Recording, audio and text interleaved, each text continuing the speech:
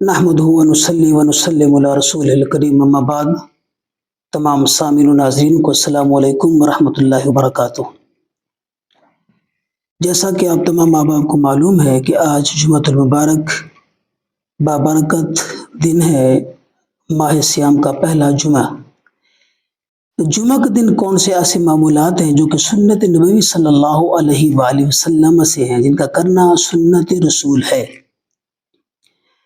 تو میں کوشش کرتا ہوں کہ مختصر وقت کے اندر آپ کو بتاؤں۔ سب سے پہلا کام جمعہ کے دن کرنے والا وہ ہے اپنے جسم کی صفائی ستھرائی۔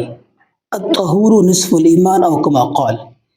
جسم کی صفائی ستھرائی میں غسل کرنا، ناخن ترشوانا، خوشبو لگانا، مسواک کرنا، لباس کو صاف ستھرا رکھنا۔ دوسرے نمبر پہ سورہ کہف کی تلاوت ہے۔ اس کا اجر و ثواب بہت زیادہ ہے۔ جو بندہ جمعہ کے دن سورہ کہف کی تلاوت کرتا ہے، ایک جمعہ سے لے کر اگلے جمعہ تک درمیان میں جتنے بھی گناہ ہوتے ہیں، اللہ کریم اس کے سارے گناہوں کو معاف فرما دیتا ہے۔ تیسرے نمبر پر درود شریف کی کثرت کرنا۔ جو بندہ ایک مرتبہ درود پاک پڑھتا ہے، اللہ کریم اس پر 10 رحمتوں کا نزول فرماتا ہے، اس کے 10 گناہ معاف فرماتا ہے، اس کے 10 درجات کو بلند کیا جاتا ہے، اور اللہ کریم اس کے 10 جو ہیں نامہ اعمال میں نیکیوں کا اضافہ فرماتا ہے۔ چوتھے نمبر پر ہے دعاؤں کا اہتمام۔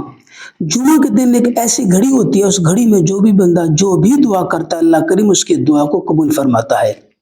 ایک قول کے مطابق 2 خطبوں کے درمیان جو وقت ہوتا ہے وہ قبولیت دعا کا وقت ہوتا ہے، اور ایک قول کے مطابق عصر کے بعد مغرب سے پہلے کے جو وقت ہوتا ہے وہ قبولیت دعا کا وقت ہوتا ہے۔ ان 2 اوقات میں جو بھی بندہ دعا کرتا ہے، اللہ کریم ان کی دعاؤں کو رد نہیں فرماتا، قبول فرماتا ہے۔